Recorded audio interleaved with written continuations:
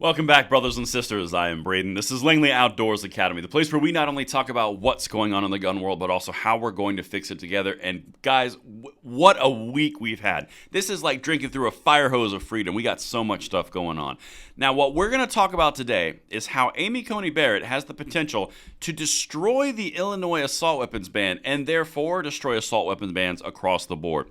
It's coming to the top of the pyramid. This is something you guys are going to want to see, and we've got very short time until we hear an answer. Everything will be linked in the description box below, and I can't wait to hear what you guys think. And of course, make sure you hit that like button, subscribe to the channel, and turn the notification bell on, because there's been a weird problem with people not being subscribed and unsubscribed and all the things. So just check that.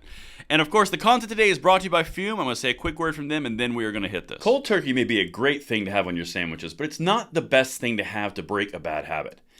We're talking about our new sponsor, Fume, and they look at the problem through a different way. Fume is an innovative and award-winning design. Instead of electronics, it's completely natural. Instead of using vapor, it uses flavored air. And instead of using harsh chemicals, it uses all natural flavors. In my own personal experience, Fume actually surprised me a little bit. The make, the weight, the way you fidget with your hand, and also just the quality of materials is something that you guys need to check out. Stopping something is something we all put off because it's hard, but switching to Fume is easy, enjoyable, and even fun. Fume has served over 100,000 customers and has thousands of success stories, and there's no reason that can't be you. Join Fume in accelerating humanity's breakup from destructive habits by picking up the Journey Pack today. Head to tryfume.com/Langley or scan the QR code and use code Langley to get 10% off when you get the Journey Pack today.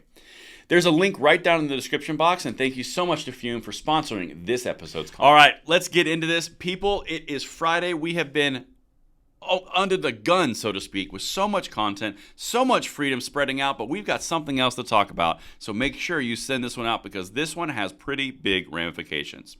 U.S. Supreme Court dockets another challenge to the Illinois gun ban. Now, this is another one. This is a separate one, okay?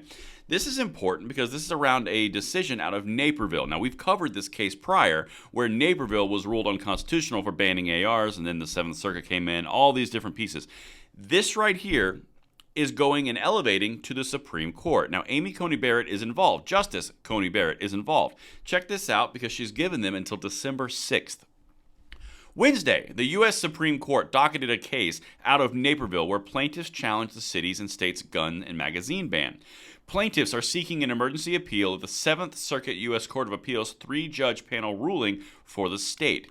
Now, that's the one where they came out and said AR bans are perfectly fine. It's okay. It's perfectly constitutional because mental gymnastics enter here. That's what they've done.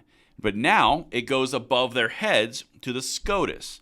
Now, as we dive into this, understand what we've been talking about for the past 2.5 years is the more that they pass on the bottom level at a state level, the more it's going to work its way up through the court system and eventually end up at the SCOTUS. That's something that we've been knowing is going to happen and been following since these whole fights began. But now, check it out because this right here is a pretty good assessment of where they're at from the plaintiff's perspective. Quote, the court held that plaintiffs failed to demonstrate the act is likely unconstitutional. But as noted, the banned firearms and magazines are in common use for lawful purposes, and the act is clearly unconstitutional under Heller and Bruin, plaintiffs argued to the U.S. Supreme Court. Now, this is important because, yes, it's going to the SCOTUS. Yes, Amy Coney Barrett's involved. However, that verbiage right there, banned firearms and magazines are in common use for lawful purposes. That right there, in my opinion, is the heart shot. If you go for common use and you undermine AR bans and mag bans, the entire last 5 years of gun control will be undermined and it will shut the door forever because now it's actually going to the top point of the judicial. That's important because common use is making a big deal. Helen and Bruin stacking together to slay the dragon of gun control. But now, one more thing, and then I'm going to show you what Amy Coney Barrett's doing. This is the last quote from the plaintiff's motion. In summary, the 7th Circuit's decision was manifestly erroneous. In the meantime, plaintiffs and hundreds of thousands of law-abiding Illinois citizens are suffering irreparable injury because their fundamental right to keep and bear arms is being infringed. That's absolutely true and well worded. Quote, accordingly, plaintiffs respectfully urge you to take up this case and grant the requested injunctive relief. So they're trying to get the entire thing to stop before it goes in live January 1. Here's what Amy Coney Barret has done, and we're going to find out by Wednesday, okay? A deadline for those in possession of a banned item to register with state police comes January 1. Felony charges are possible for those found out of compliance, which, by the way, the biggest mass non-compliance is going across the board. Thursday, Justice Amy Coney Barret ordered the state to respond to the plaintiff's motion by December 6. Now, what does that mean? Where does that leave us? Basically, the plaintiffs put this forward. Amy Coney Barret says, that's intriguing. What's this about? And then she tells the state, you have until December 6th to tell me why this is okay and to answer their request. Then she would grant some sort of ruling, whether they take it up on their level, whether they grant the injunction or the TRO, or whether they just ignore it completely and let the ruling stand. That's kind of where we're at. We're at a pretty important fever pitch area. Now, as the system continues to work, it can still be brought back up to the SCOTUS. But right now, this is very similar to when Gorsuch had ruled prior, when Alito had ruled prior in New York specifically.